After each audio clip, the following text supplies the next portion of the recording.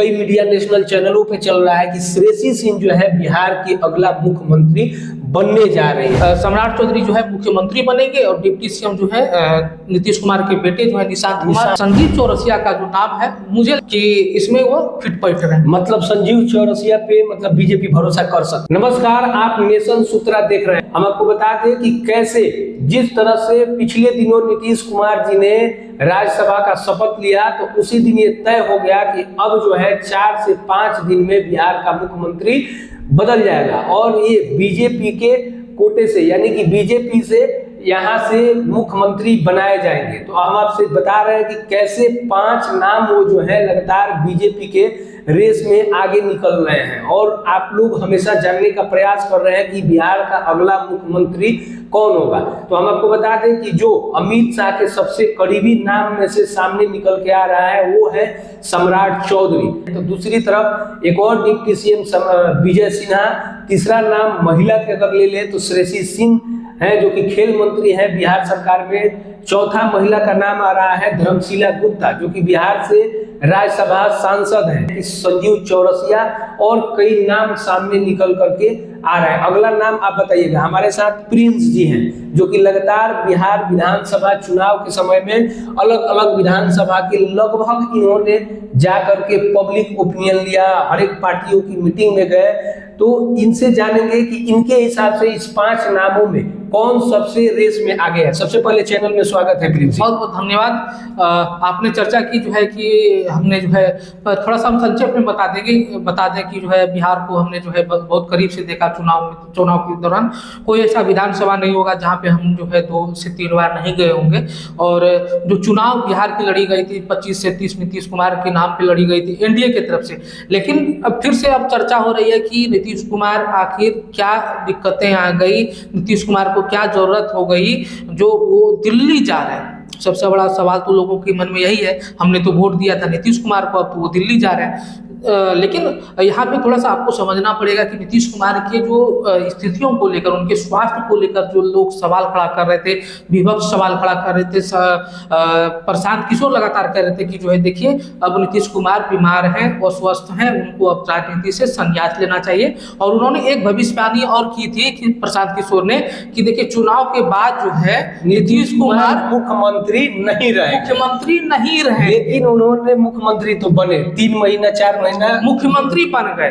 उन्होंने ये तो कहा था कि मुख्यमंत्री नहीं बनेंगे, लेकिन ये नहीं कहा था कि मुख्यमंत्री बनेंगे फिर हटेंगे। लेकिन उनका भविष्यवाणी जो है सत्य भी मतलब सही होते हुए नजर आ रहा है क्योंकि उन्होंने कहा था कि 25 के जब ये चुनाव हो जाएगा मुख्यमंत्री जो है नीतीश कुमार नहीं रहेंगे। भाजपा चाहती है जो भी उनका प्रोपेगेंडा हो उस पर हम लोग नहीं जाएंगे।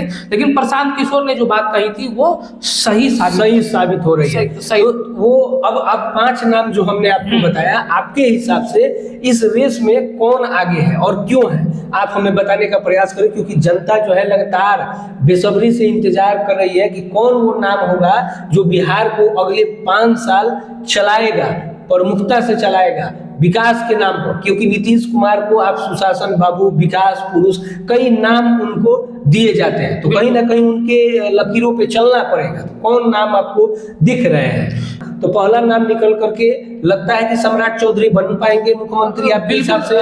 मेरे हिसाब से तो अभी बिल्कुल नहीं बन पाएंगे। लेकिन अभी जो वर्तमान स्थिति है, जो पॉपुलैरिटी है, जो लोगों के मन में ये है कि सम्राट चौधरी ही बिहार के मुख्यमंत्री बन रहे हैं, इसलिए कह रहे हैं कि बिहार की जो लघु समीकरण है उस तर्ज पर जो है सम्राट चौधरी फिट बैठते हैं। लेकिन मुझे लगता है कि अभी भी सम्राट चौधरी के नाम पर मुहर लगाना जो है गलत होगा क्योंकि वो संघ से नहीं जुड़े, कई तरह की बातें। मतलब आपका कहना है कि डायरेक्ट रूप से वो मूल बीजेपी नहीं है। हाँ, बीजेपी में डायरेक्ट वो शुरू से नहीं जुड़े। वो नहीं है। दूसरा चीज है कि बीजेपी लंबे पारी के लिए जानी जाती है। बीजेपी ये नहीं चाहेगी। सम्राट चौधरी अभी उनके पास बहुत लंबा समय है, उनका 25-30 साल अभी रखा हुआ है जीवन का, उनकी राजनीति का।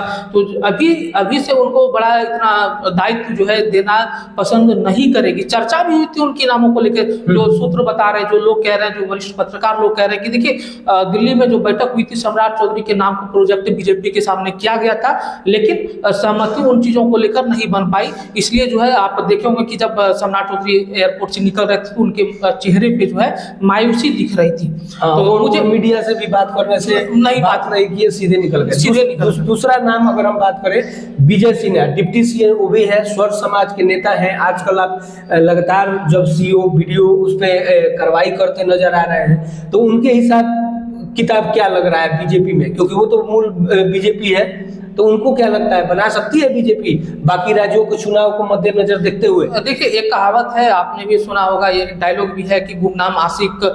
उस तरीके से अगर हम लोग अगर नाम प्रोजेक्ट कर दें तो मुझे लगता है कि अगर वो आ जाएंगे प्रोजेक्ट बीजेपी कर देती तो इसमें आश्चर्यजनक नहीं होगी, क्योंकि बीजेपी का ये रहा है कि लोगों को चकित कर देते हैं कि क्या कुछ होने वाला है, कुछ अलग कर देते हैं बीजेपी वाले। तो मुझे लगता है कि अगर सवर्ण कास्ट को अगर देखिएगा, भूमिहार समाज को लेकर और देखिएगा, तो मुझे नहीं लगता कि बना सकते हैं। ये भी नहीं कह रहा हूँ कि जो है नहीं बनाएंगे, लेकिन हाँ, अगर उत्तर प्रदेश की अगर नजरिए से अगर हम देखेंगे तो निश्चित तौर पे वहाँ पे जो है विजय सिन्हा अनफिट दिख रहे हैं, क्योंकि वहाँ पे राजपूत समाज लोग हैं उत्तर प्रदेश में, और ब्राह्मण समाज के लोग ज़्यादा वोटर्स हैं। तो मुझे नहीं लगता भूमिहार समाज को वहाँ पे आगे लाएंगे, और भूमिहार समाज को जो है अभी वर्तमान समय में फिलहाल तो मुझे नहीं लगता कि ये बन पाएगा। मतलब विजय सिन्हा पे भी संशय है। तीसरा नाम हम लेते हैं, एक नाम निकल करके बहुत चर्चा आ रहा है, संजीव चौरसिया, कई दिनों से आ रहा है। इनके बारे में आपकी क्या राय है? क्या बीजेपी इन पे भरोसा करेगी संजीव चौरसिया पे? देखिए, संजीव चौरसिया का बैकग्राउंड आप देख लीजिएगा तो निश्चित तौर पे कहीं ना कहीं वो मजबूत स्थिति में है, वो संघ से भी जुड़े लोग हैं और उनके पिताजी राज्यपाल भी हैं। तो मुझे लगता है कि उनको दायित्व दे सकते हैं वो, और उनका अनुभव जो राजनीति का जो कैरियर है वो काफ़ी लंबा रहा है, और वो जो कई जातियों को जो जिस जाति से वो आते हैं, क्या क्या बोला जाता है उनको, तो मुझे लगता है कि 5 जातियों को जो साधने की कोशिश है, दलित पिछड़े समाज लोगों को जो साधने की कोशिश है, उसमें संजीव चौरसिया का जो नाम है, मुझे लगता है कि मैं प्रोजेक्ट कर रहा हूं कि इसमें वो फिट बैठ रहे हैं। मतलब संजीव चौरसिया पे मतलब बीजेपी भरोसा कर सकती है? हाँ, भरोसा मतलब जातीय समीकरण की बात कर ले, क्योंकि बिहार में हमेशा से जातीय समीकरण देखो, अगर मुख्यमंत्री नीतीश कुमार 2 दशकों तक अगर बिहार पे राज किया तो वो जो आप बता रहे थे लॉ कुछ समीकरण को लेकर के उन्होंने किया, और वो हमेशा से सेकुलरिज्म जात पात से ऊपर हट के बिहार को विकास किया। अब फिर नीतीश कुमार दिल्ली जा रहे हैं, 2 महिला नाम बहुत तेजी से आगे बढ़ रहा है। जब नीतीश कुमार दिल्ली जा रहे थे राज्यसभा का शपथ लेने, तो पीछे से श्रेयसी सिंह को भी बुलावा सुनने में आ गया, बहुत चर्चा हुई, कई मीडिया नेशनल चैनलों पे चल रहा है कि श्रेयसी सिंह जो है बिहार के अगला मुख्यमंत्री बनने जा रहे हैं। इस पे आप क्या कहना चाहेंगे? देखिए, मुख्यमंत्री लगता है कि वो बन पाएगी महिला मुख्यमंत्री? क्या दिल्ली के तर्ज पे बिहार को भी मुख्यमंत्री महिला मिलेगा? देखिए, मुझे लगता है कि जिस बैकग्राउंड से वो आते हैं, उनके पिताजी भी बड़ा सफल राजनीतिज्ञ रहे हैं, उनकी माताजी भी रही हैं, सांसद रही हैं, ये भी जो है कई बार विधायिका रही हैं, और मुझे लगता है कि अगर बीजेपी इनके ऊपर भरोसा करती, लेकिन मुझे नहीं लगता कि इतना लंबा समय इनके पास अभी है। भले बेटी हैं, बिहार की बेटी हैं, देश के लिए उन्होंने कई पदक को जीते हैं।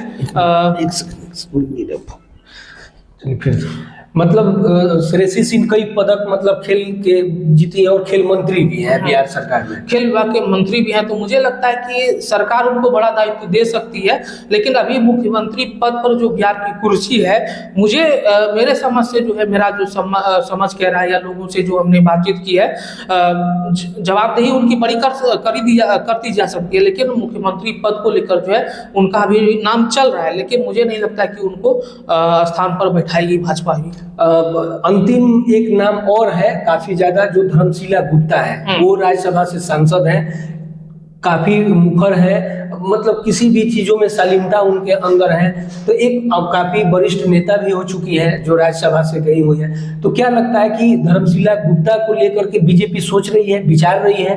वो तो मूल वाजपेयी बीजेपी है।